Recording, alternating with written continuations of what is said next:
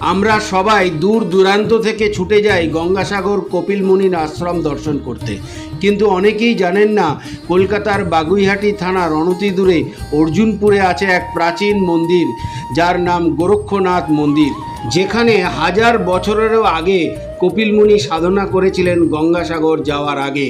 চলুন আজ আমার ভিডিওর মাধ্যমে আপনাদের ঘুরিয়ে নিয়ে আসি এই পুণ্যস্থান থেকে।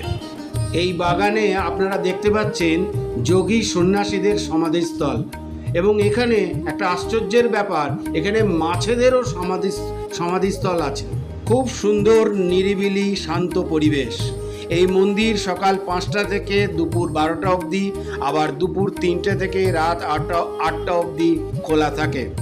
60 বিঘা জমির ওপর 6টি মন্দির, একটি জলাশয় ও একটি সমাধিস্থল অবস্থিত। এইখানে গোরক্ষনাথ মন্দির নির্মাণ করেন হরিয়ানা থেকে আগত নাথ সম্প্রদায়ের লোকেরা। এখানে প্রতি বছর মাঘী পূর্ণিমায় মহা সমারোহে বার্ষিক উৎসব অনুষ্ঠিত হয়। পৌষ মাসে এখানে সাধু সন্ন্যাসীর সমাগম হয়।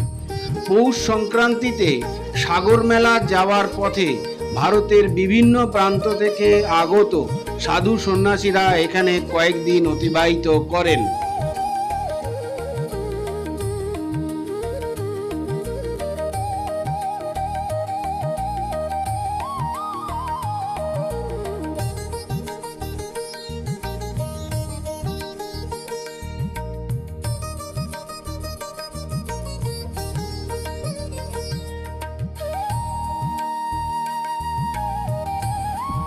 এই পুষ্করিণী এখানকার মূল আকর্ষণ। এই পুষ্করিণীর মাছ মারা গেলে সেই মাছটিকে বাগানে সমাধি দেওয়া হয়।